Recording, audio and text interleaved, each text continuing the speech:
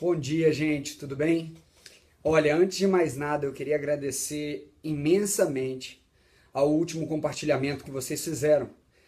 Desde a última live, a gente chegou já a 75 mil pessoas alcançadas, mais de 1.000 curtidas, quase 1.000 compartilhamentos. Isso em nada mais, nada menos do que 5 dias.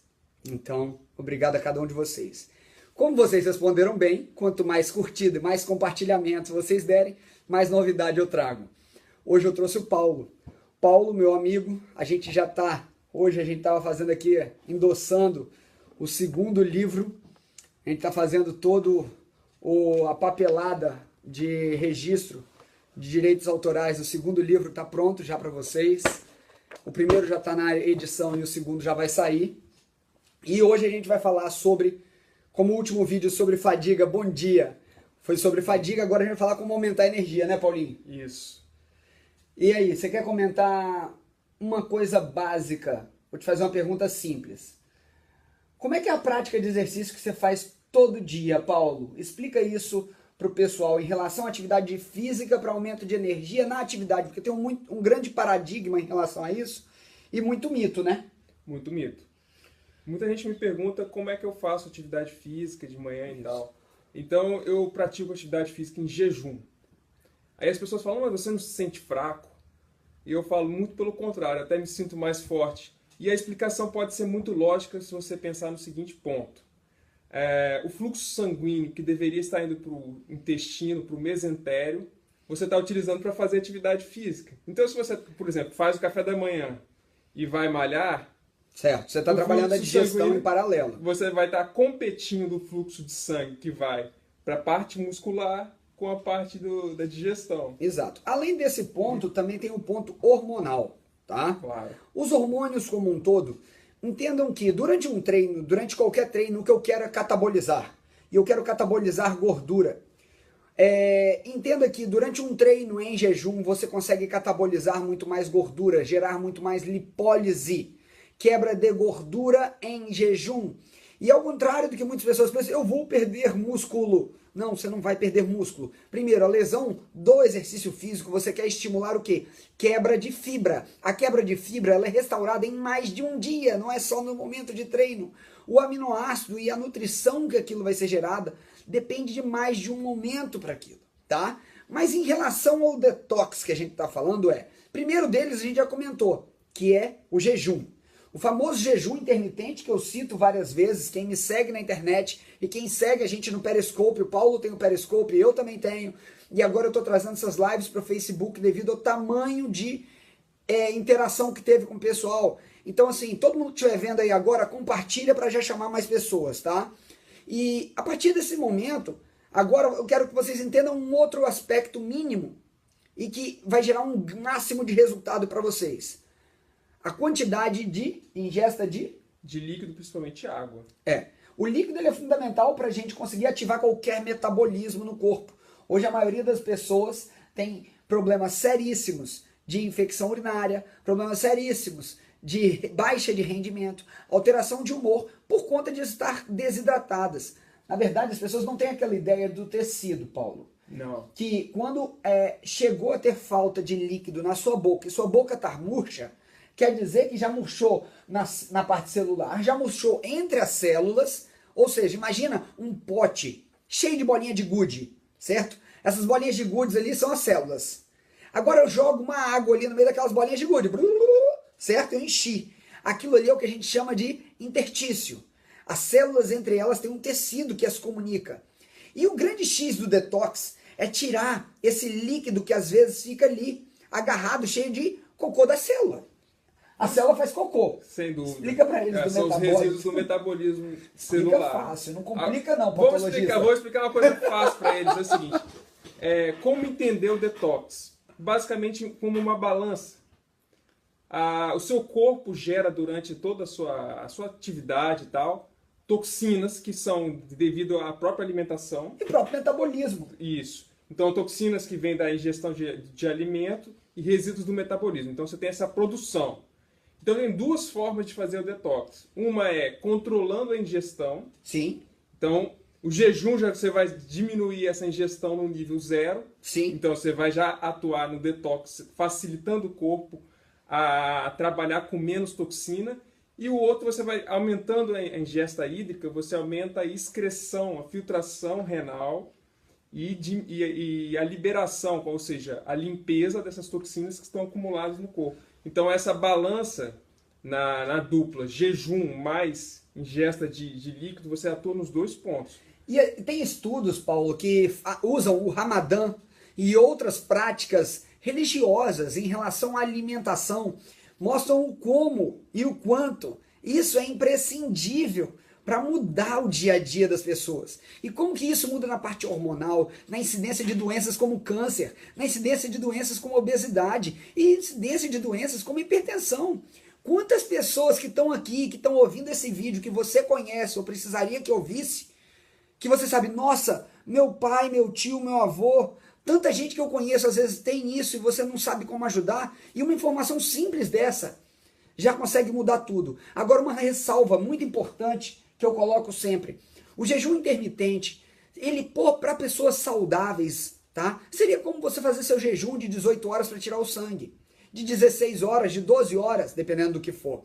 Agora, se você é diabético, toma remédio, você tem que estar acompanhado por alguém que consiga fazer isso com você, orientado, para você não ter outros problemas. Ou, se você tiver alguma queixa ao retirar, se sente mal, é porque sua insulina provavelmente já está lá em cima, já está maior de 18, 20, 25, ou, quiçá, muito maior, 30. E aí, quando você tira o carboidrato, tira o alimento que está ali chegando como glicose puro, a pessoa tem o quê? Vai ter problema de hipoglicemia. E aí pode desmaiar, fica tonto, não sabe onde está, fica com nervosismo e tudo mais. Além disso, coloca a terceira forma, foi o jejum, foi a água e... Atividade física. Perfeito. Quando a gente consegue conciliar essas 3 práticas, atividade física, jejum e água, você propicia a atividade do seu metabolismo, o seu corpo começar a produzir metabólitos que vão precisar ser retirados tanto pela bomba muscular, que você faz atividade, você se contrai, isso estimula o linfático a funcionar, estimula a bomba muscular, estimula a liberação hormonal que vai excretar mais. Para deixar bem simples para eles, é como se fosse assim, você diminui o lixo que entra, você corta o lixo de E favorece a via de saída, abre a torneira. Abre a torneira. Abre o ralo, quero dizer. Porque você, em jejum, você tem que beber muita água. Muita água mesmo. Exato. Vamos falar assim... Abre a torneira e lava, saindo pelo ralo mais fácil. Um copo de água a cada meia hora no mínimo. Isso. Seria uma boa medida. Em média, 35 a 45 ml por quilo, né? Isso. E ativando o exercício, você vai ter a liberação pelo suor e a ativação do metabolismo. Não só pelo suor. A gente libera por 3 vias. E em todas a água é meio. Tá? A gente libera pela urina, a gente libera pelo suor e libera na respiração, exalando. Então, a água é veículo em todas elas. Então, se você não bebe água e você precisa de beber, coloque o chá. O chá tem propriedades antioxidantes. Use propriedades de erva de São João. Use propriedades como da espinheira santa, da erva de 1000 homens. Tem tantas ervas que podem ajudar especificamente para diversas dezenas de doenças e que são menosprezadas no dia a dia. E se você não gosta de água ainda e tem problema, toma água com limão.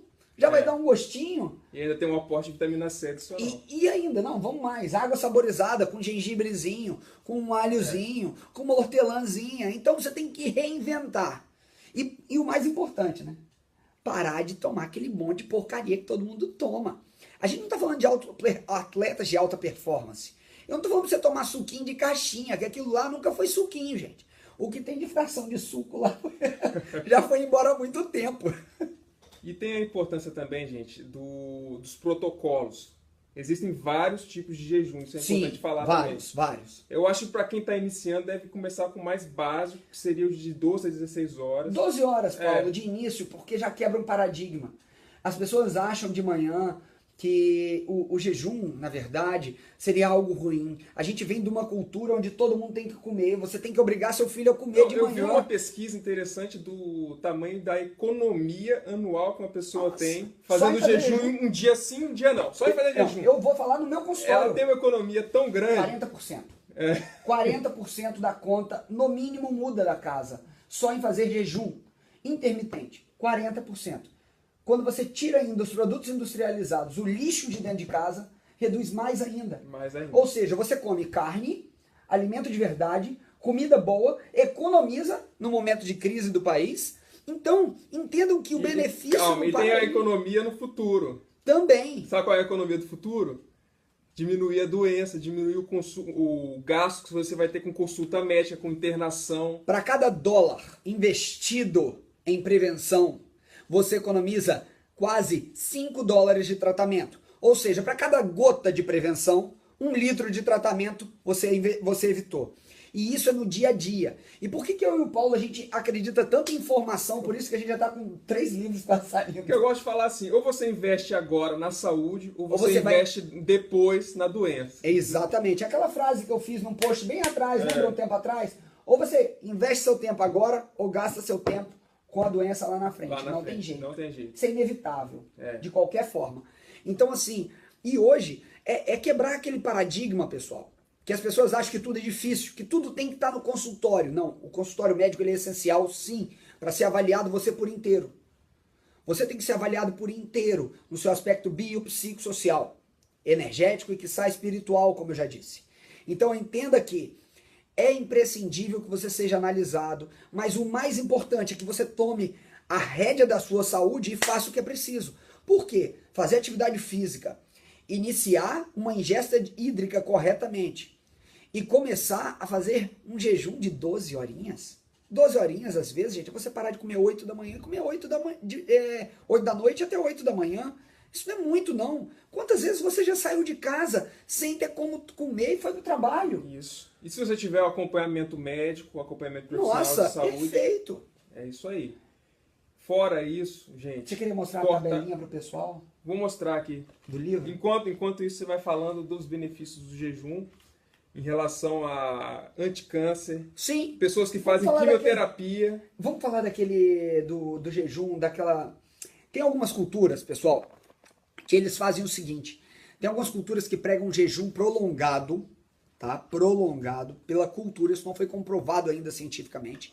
Mas que o jejum prolongado, vamos supor, o cara fica em jejum 4, 5 dias, uma semana, para reduzir a possibilidade de câncer e matar tudo quanto é célula cancerígena, tá? Isso ainda não teve embasamento científico. O que a gente está falando aqui são de situações que também são colocadas milenarmente, independente de onde você veja, pela Ayurveda, pela medicina chinesa e por tantas outras medicinas milenares muito mais antigas do que o que é abordado aqui, né, Paulo? Sim. Que a alimentação é a base de tudo, pessoal.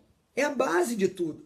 E se você não conseguir ordenar a alimentação corretamente e ordenar as suas práticas diárias, a sua vida vai ficar sempre em déficit. Então a gente precisa sempre melhorar. Se você está aqui, está gostando agora, compartilha, curte, para a gente falar aqui mais um pouquinho. Uma coisa que eu queria falar sobre os mitos. Os mitos sobre o jejum. O primeiro mito Ótimo. Vai o perder jejum, massa magra. o jejum desacelera o metabolismo e prejudica o emagrecimento? Ou seja, é correto comer de 3 em 3 horas, senão seu metabolismo desacelera? Juliano, responde isso aí. Eu já falei isso no primeiro vídeo, tá? Eu tô aqui agora falando com o Paulo junto, entendeu? Então, assim, o que eu quero que vocês entendam é que falar de 3 em 3 horas para comer é uma estratégia alimentar. Isso não quer dizer que isso seja uma máxima para o dia a dia, tá bom? Isso é uma estratégia alimentar que foi colocada, que falaram que era a teoria da fornalha. Para você manter um forno aceso muito tempo, taca lenha dentro sem parar, taca lenha dentro sem parar. E aí, pela física, você gastaria mais energia para digerir o alimento, e essa energia desprendida constantemente para você digerir um alimento faria com que você emagrecesse. Só que os criadores dessas regras não imaginaram que os hormônios estavam envolvidos e que para haver na natureza algo positivo tem a haver algo negativo. Eu já citei esse exemplo, a onça não precisa de comer um café da manhã para ir caçar um antílope. Ela está adaptada a ter energia, mesmo em momento de jejum, para produzir o alimento que ela quer, para ter o alimento dela proveniente de uma caça. Então a resposta é a seguinte: o jejum ele não diminui, não desacelera o metabolismo e não prejudica de forma nenhuma o emagrecimento. Muito pelo contrário. Acelera. Ele acelera o metabolismo E as pesquisas que eu andei analisando falam que até 36 horas de jejum você vai ter ainda o aumento crescente do metabolismo. Somente após a 36ª hora começa a decrescer. Começa a decrescer para você começar a preservar a energia. Porque aí você começou a depletar muito o nível de reserva que o seu próprio corpo tinha de aminoácidos, e aí o seu corpo começa a realmente consumir mais aminoácido muscular. Beleza? A segunda pergunta, muita gente tem essa dúvida. O jejum causa perda de massa magra? Não, não causa perda de massa magra, nem nunca causou. Pelo contrário, Paulo depois começou a fazer jejum e malhar, ele tá mais forte. Antes ele, meu Deus, era mais fino que eu. Eu sou fino. Paulo, põe seu braço aqui do lado. Ô, gente, são 2 frangos aqui, tá? Mas o Paulo tem um braço dele maior do que o meu já. Em questão de músculo, ele tá com mais músculo do que eu, tá? De longe, são 2 magros. Mas o nosso tipo aqui, a gente tem um biotipo que já é de magro. E ninguém aqui malha para hipertrofia, tá? A gente pratica exercício físico para saúde. A última. Em relação ao hormônio GH, gente, também, a importância do jejum. O jejum, ele promove pulsos do hormônio GH, que é o hormônio do crescimento. E principalmente à noite. E principalmente à noite. Então, o jejum, muito pelo contrário, ele vai aumentar a definição muscular, né? E vai ter a lipólise associada, então vai ter um emagrecimento de massa gorda com aumento concomitante de massa magra. Conquanto que você, na refeição, quando você quebrar o jejum, você der um aporte grande de proteína e gordura boa. Exatamente. E aí o Paulo fez uma coisa muito interessante. Gente, o que eu como logo depois do meu jejum? Isso é imprescindível. Eu vou falar para vocês, a arte de combinar os macronutrientes, ela é uma arte. Se você reparar, você não acha muita coisa gorda e doce. Como eu falei, gordo e doce não é de Deus. Sorvete não é de Deus. Fruta é doce, fruta é gorda, mas ela não é gorda e doce. A mistura, se for gorda e doce, pode gerar problemas, por conta da combinação hormonal. Então, uma boa forma de se quebrar o jejum é consumindo uma carne com uma boa gordura, um peixe com uma boa gordura. O peixe tem uma boa gordura, pegar um peixe mais gordo, igual um peixe prego. Peixe prego, ele é gordo. E é um peixe de carne branca, delicioso, saborosíssimo e gordo. Então a gente pode ter outras hipóteses também, como carne até vermelha, dependendo de quem são os adeptos. Eu como. Mas entenda que misturar gordura boa e proteína boa, pode ser vegetal também com óleo de azeite, pode ser uma proteína com óleo de coco. Então você vai estar crescendo muito a qualidade da sua alimentação e tirando muito problema da saúde. Exatamente. E a terceira pergunta é, o jejum reduz a imunidade? Doutor, eu comecei a fazer jejum, eu até comecei a perder peso, mas eu gripei, eu me senti mal, dor de cabeça. Para, vamos lá.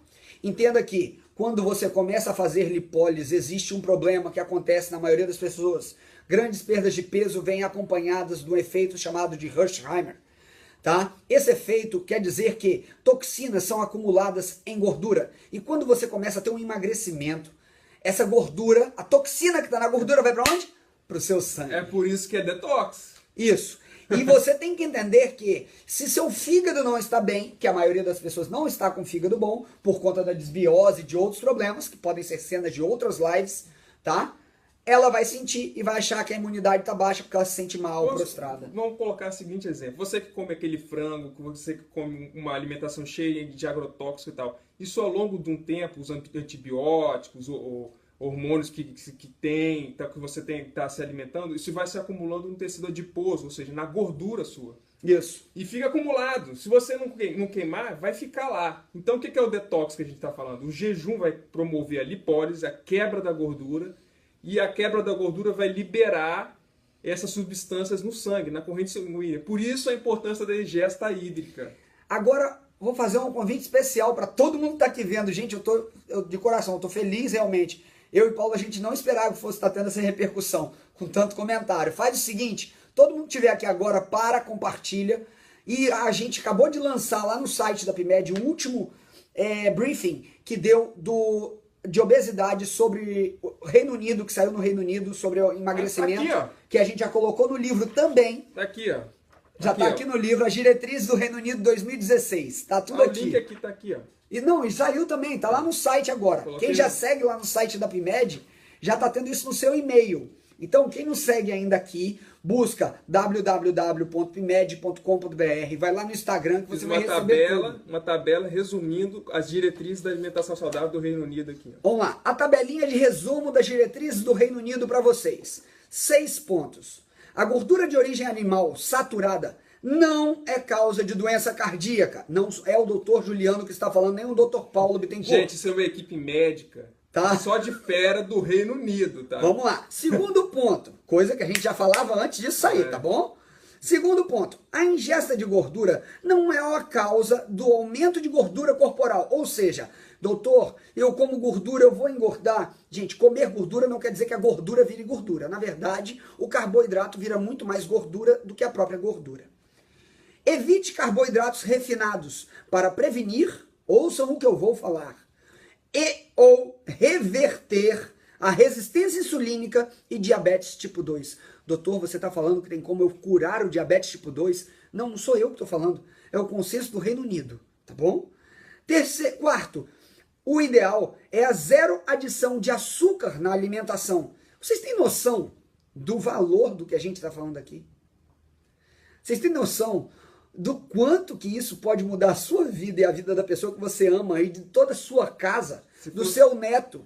Se fosse só nós dois falando, muita gente poderia continuar cética. É. Agora, quando a gente põe aqui que são as diretrizes da alimentação saudável, para perda de peso do Reino Unido, tá? Não é a gente que está falando. Então, seguindo em frente, quem visa o emagrecimento deve reduzir a quantidade de carboidrato a 130 gramas por dia ou menos. E, caso não haja resultados, reduzir para 50 gramas ou menos. Aí ele vai entrar no limiar cetogênico. É o limiar da cetogênese, que a gente vai fazer uma live sobre isso. A gente tem uma live que vai ser agendada para o próximo mês. Se eu não me engano, não tem a data agora, eu vou colocar. Começa a seguir aqui no canal. Vai lá no site e segue para vocês receberem as notificações do e-mail. Só sobre diabetes, onde a gente vai martelar uma hora, uma aula sobre isso. Seguindo adiante, é importante implementar a qualidade do sono e combater o estresse crônico. O vídeo de fadiga crônica que eu coloquei aqui anteriormente, que já arrebentou a boca do balão com milhares de visualizações, centenas de compartilhamentos, e eu peço que vocês façam o mesmo nesse. Compartilha. Compartilha, porque essa corrente do bem, essa mensagem boa, tem que chegar ao máximo de pessoas. Nosso país está todo doente.